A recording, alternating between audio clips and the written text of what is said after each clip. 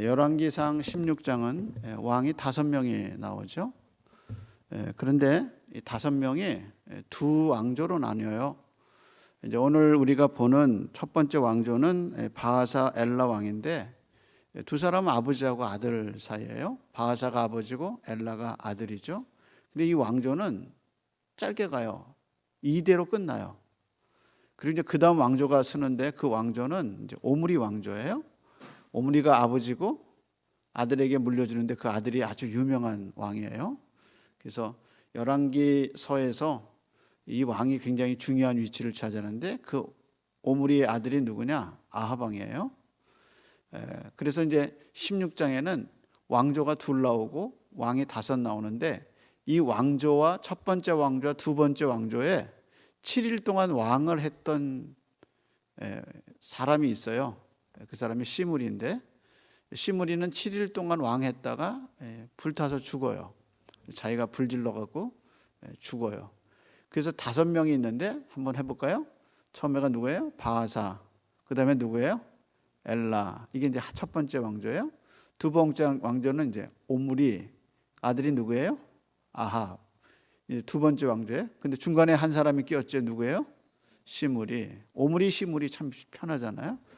그래서 16장에는 5명의 왕의 이야기가 기록되어 있어요. 그럼 이제 우리가 드는 생각은, 목사님, 왜 우리가 이런 왕을 배워야 하나요? 우리 조선시대 왕도 안 배우는데 왜 이 왕들의 이야기를 우리가 들어야 되죠? 하나님은 왜 이런 왕들의 이야기를 성경에 기록했을까? 구약은요, 큰 흐름이 있어요. 그 큰 흐름 중에 하나가 왕 이야기입니다. 왕 이야기가 없으면 무슨 문제가 생기느냐? 이제 성경에 보면 열왕기, 사무엘 상, 하, 역대기 상, 역대기 하, 이제 열왕기 상, 열왕기 하, 역대기 상, 역대기 하. 그러니까 사무엘부터 역대기 하까지는 다 누구 얘기예요? 왕 얘기예요. 근데 이 왕 얘기가 없으면 무슨 문제가 생기느냐? 예수님의 왕권을 설명할 수가 없어요. 제가 다시 한번 얘기할게요. 이 사무엘서부터 역대기까지 왕 이야기가 성경에서 빠져버려요. 그래서 사무엘서도 없고 역대기서도 없고 열왕기상하도 없어요. 그래서 이 이야기를 싹 6권을 빼버려요. 그러면 뭐가 설명이 안 되냐면, 예수님이 왕으로 왔다는 게 설명이 안 돼요. 그러니까 예수님의 왕권을 설명하기 위해서 그 백그라운드가 뭐냐면 이스라엘의 왕조 이야기예요. 그래서 예수님이 죽으실 때 십자가에다 빌라도가 뭐라고 썼어요?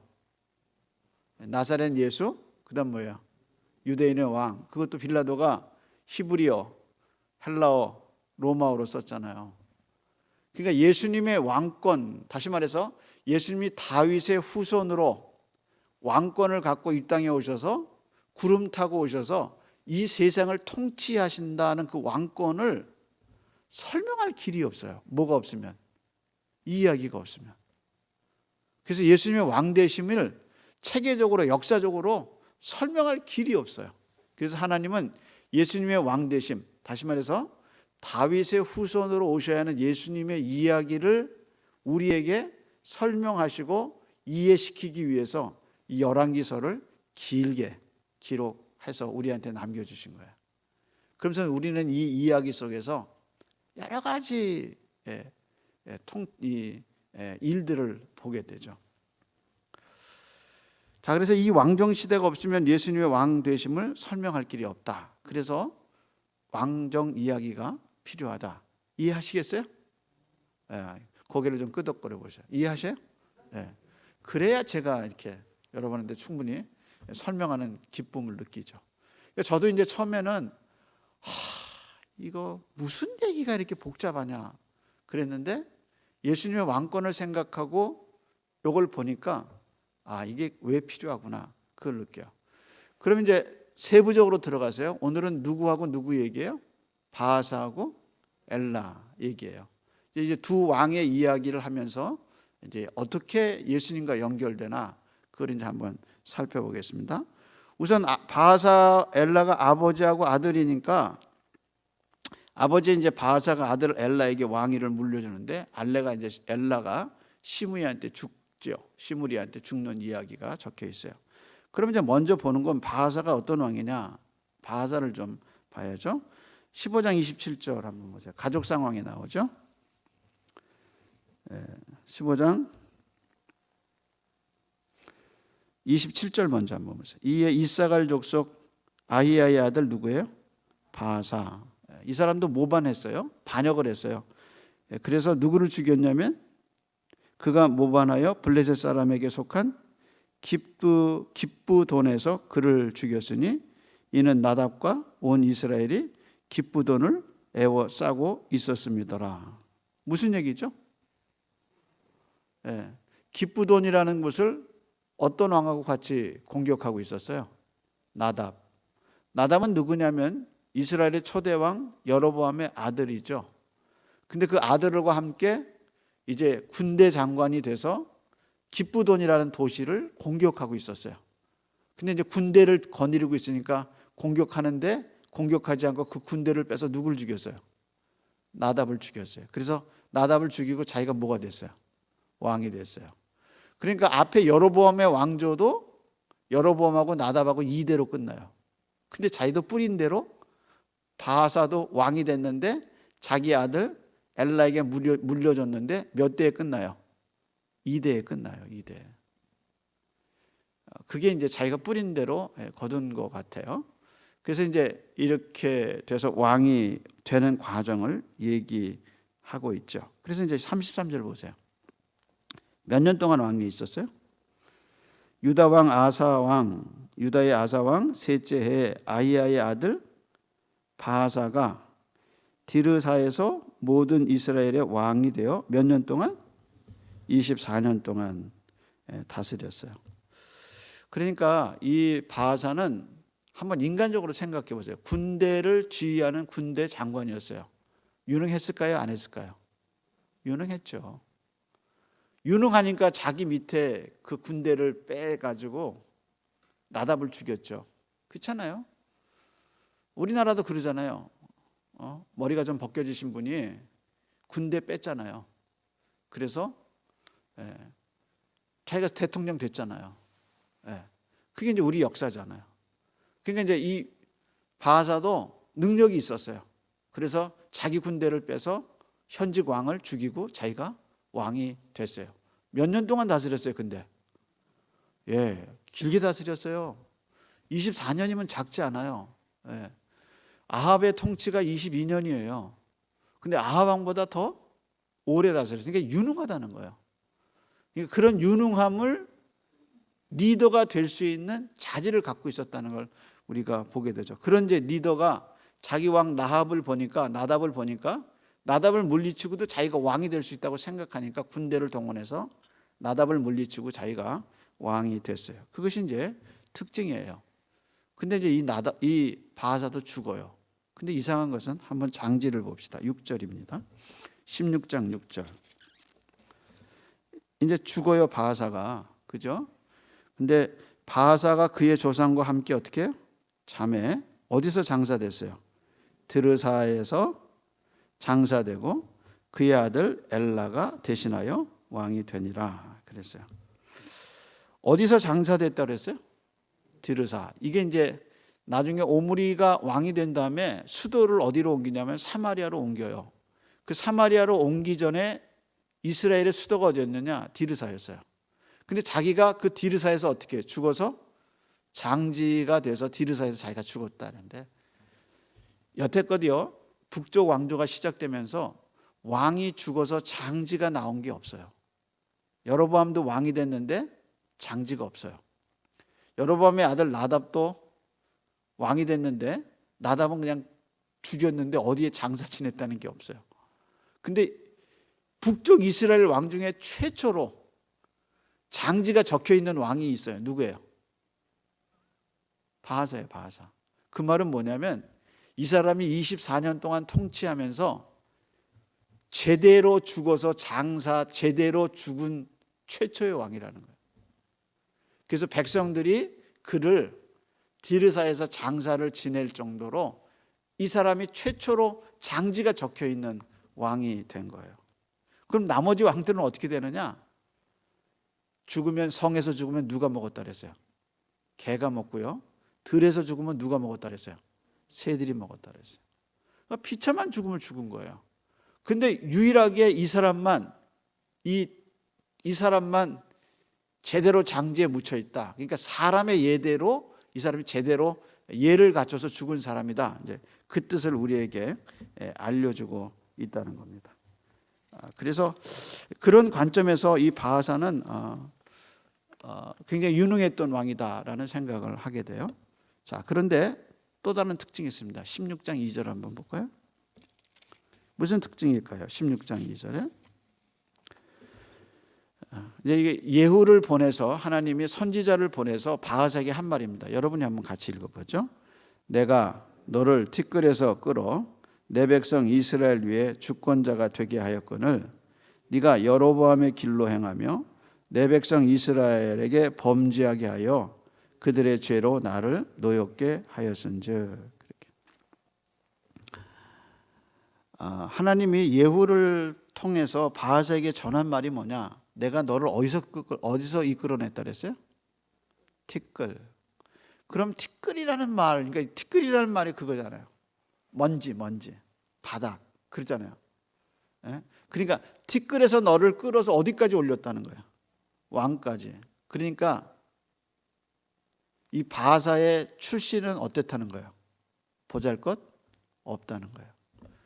그러면 바하사가 어디 출신이에요? 우리 아까 봤잖아요. 15장에서. 어디 출신이죠? 잘 보셨어요. 이사갈. 한번 확인해 볼까요? 15장 27절입니다. 이에 이사갈 족속 누구예요? 아이야의 아들 바하사가 모반하여. 그러면 이사갈은 어떤 지파냐? 왕이 나올 수 없는 지파예요. 그러면 지금까지 어떤 사람이 왕이 됐느냐? 우선 사울은 베냐민 출신이에요. 다윗은 어디 출신이에요? 유다. 그 다음에 앞에 있었던 여로보암이나 나답은 다 에브라임 출신이에요. 그러니까 이사갈은 한 번도 왕이 나오지 않았어요. 이사갈은 왕이 앞으로 나오지 않아요. 그러니까 그 티끌과 같은 이사갈에서 하나님이 바하사를 들어서 뭘 만드는 거예요? 왕을 만들었다는 거예요. 그게 이제 이 사람의 출신을 알려주죠. 그런데 더 재밌는 것은요, 바하사란 이름의 뜻이에요. 바하사, 아사는 아사인데 바자가 붙어서 바하사. 이게 무슨 뜻이냐? 바자가 바알이에요. 그래서 바알은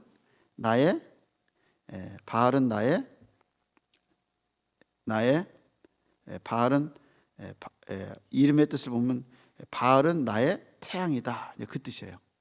그래서 바아사, 그래서 바알은 나의 태양이다. 그러니까 이사갈 지파 출신에서 이 바알의 집안은 뭐냐? 아버지가 아이야인데 이 사람은 뭐 했던 사람이냐? 바알을 숭배했던 사람이에요. 그래서 이 바하사가 속한 집안이 어떤 집안인가를 알 수 있는 결정적인 말인데, 그렇게 집안 구성이나 또 이 지파를 볼 때 왕이 될 수 없는 사람인데 이 사람이 바닥에서 하나님이 들어서 왕이 되게 하시죠. 그런데 어떻게 얘기했나 한번 보세요.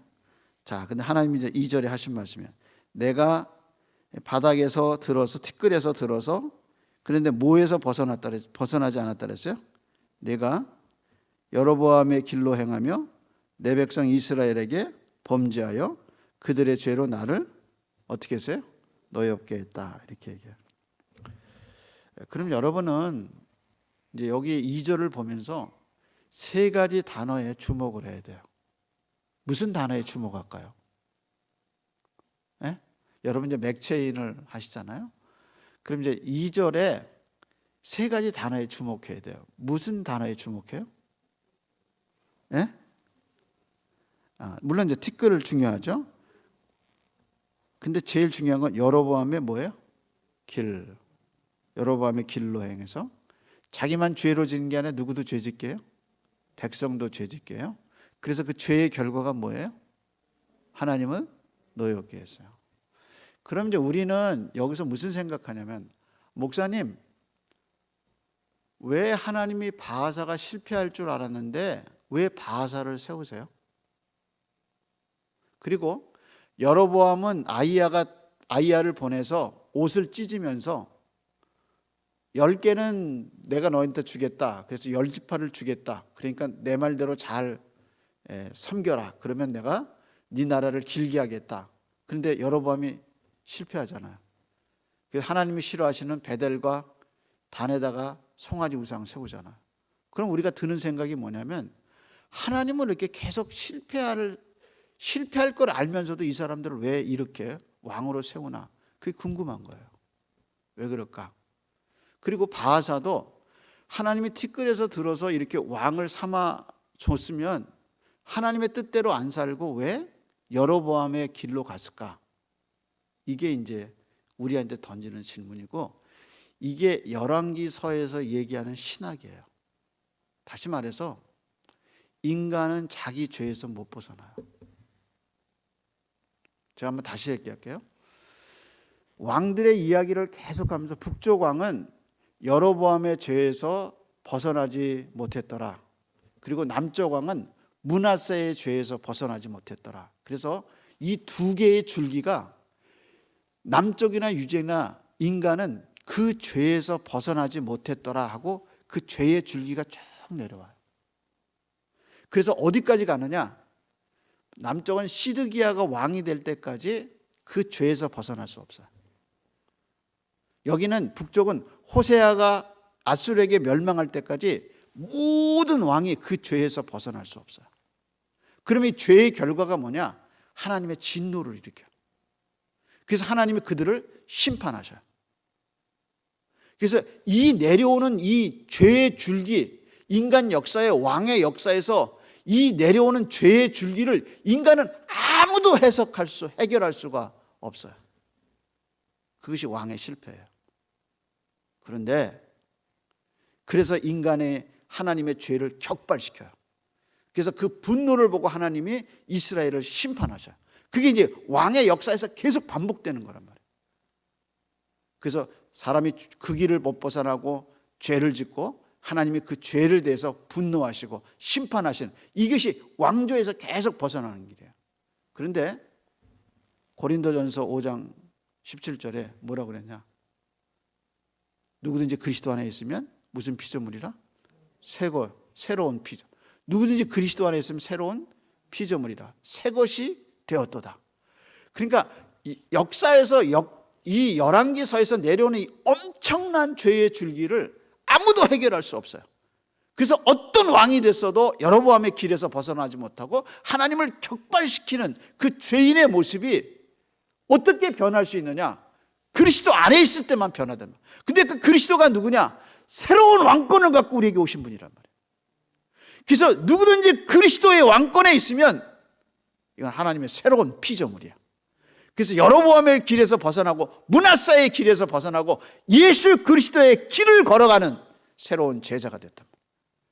그리고 그것을 하나님이 기뻐하셔서 세례받으신 예수님에게 너는 내 기뻐하는 자요, 내가 너를 사랑한다는 말처럼 그리스도 안에 있는 새로운 된 우리, 이 왕권에서 벗어나서 새로운 왕이 되신 예수 그리스도 안에 있는 우리에게는 하나님이 똑같이 말씀하신 거예요. 내가 너를 기뻐하노라. 내가 너를 사랑하노라. 이게 왕권이 갖고 있는 신비예요.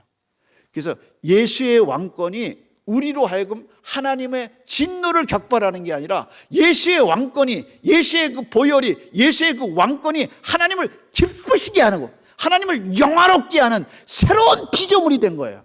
그게 어디서 일어났냐? 예수의 왕권에서 일어난 거예요. 여러분 믿습니까? 우리가 예수의 왕권에 있으면서 그런 놀라운 은혜를 받은 거예요. 그래서 열왕기 상에서 그 길에서 못 벗어났더라. 범죄하게 만들었더라. 하나님의 죄를, 노를 격발시켰다. 이건 인간이 어쩔 수 없는 죄인이란 말이에요.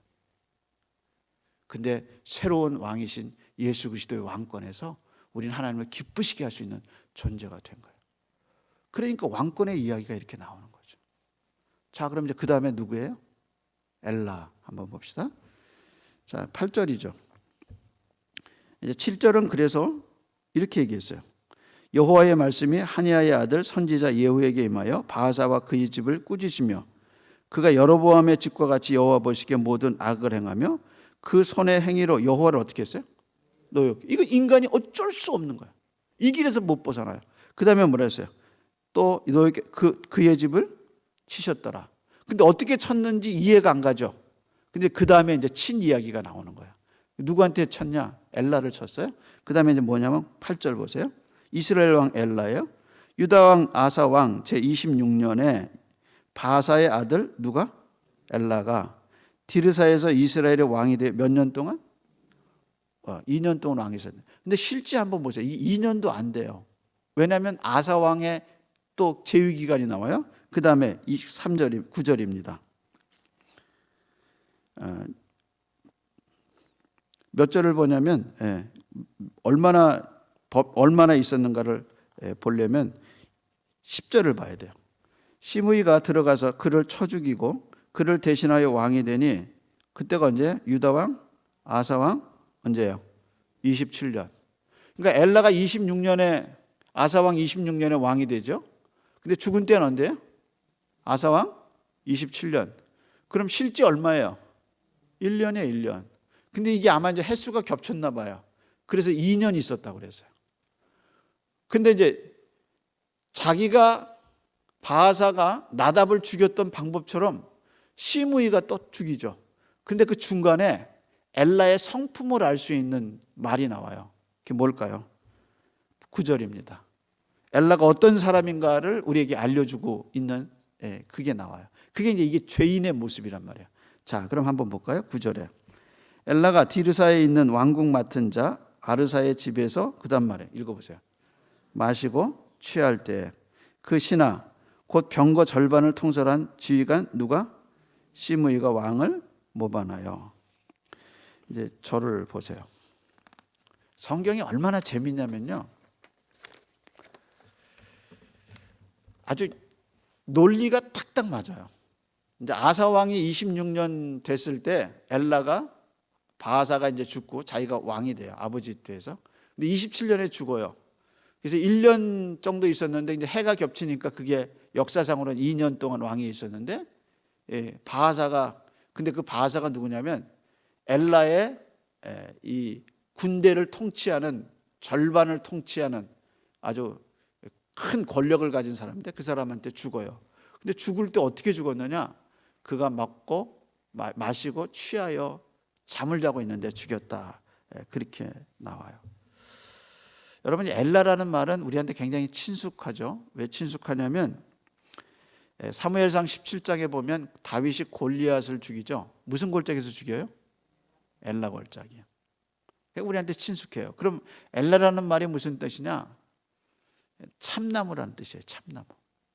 나무는 나무인데 참나무. 굉장히 단단하고 굉장히 쓸만한 상수리 나무, 일명 참나무라고 불려요. 그래서 이제 그런 나무는 왕궁에 혹은 집에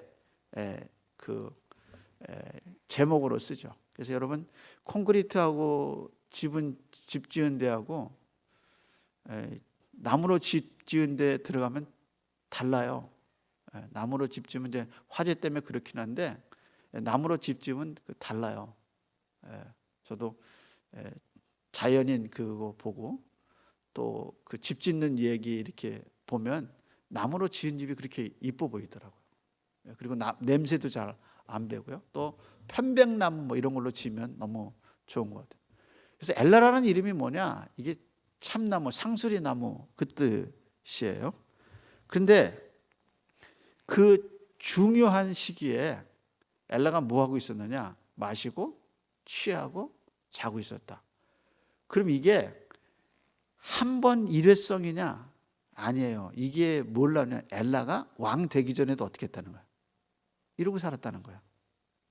이해하시겠어요? 왕 되기 전에도 이러고 살았어요. 이제 리더에게 제일 중요한 게 뭐냐면 삶의 습관이에요, 습관.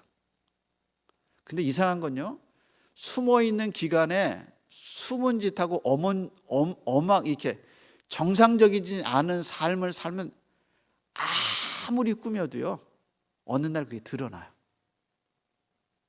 그래서 이 몸의 경건이라는 게 참 중요한 거거든요. 근데 엘라의 모습이 이게 평소에 한 번 있는 모습이 이게 한 번 드러난 모습이 아니라 얘는 왕 되기 전에도 왕자일 때도 어떻게 살았어요? 이러고 살았어요.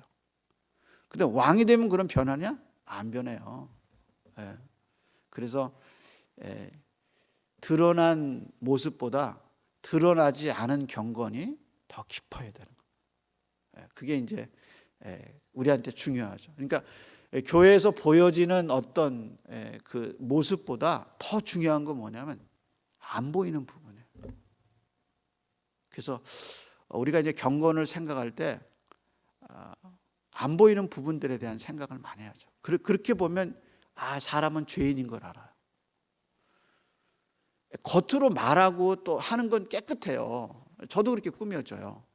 근데 문제는 악한 생각이야. 그래서 예수님이 뭐라고 그러냐면 진짜 사람을 더럽게 하는 거는 그 마음에서 나오는 악한 생각이라 그랬어요.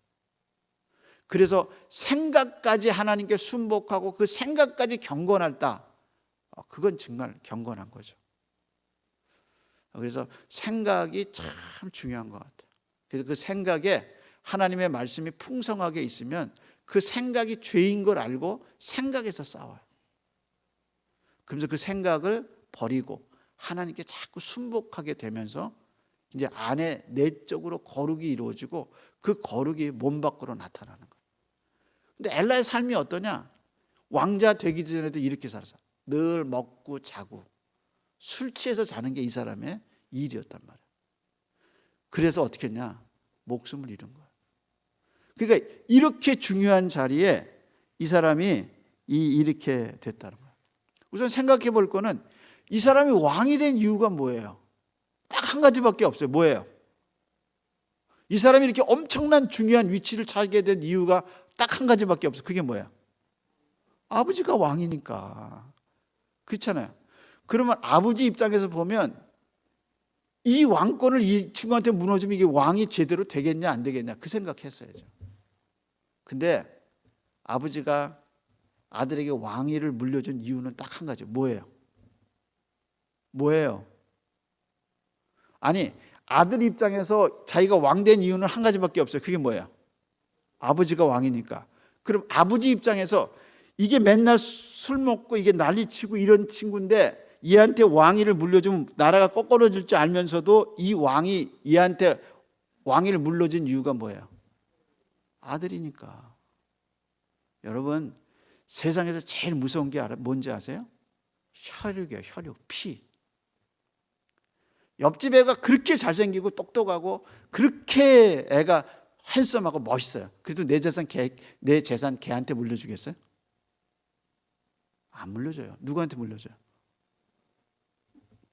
좀 부족하고 그래도 누구예요? 내 애한테 물려. 왜 그래요? 피 때문에.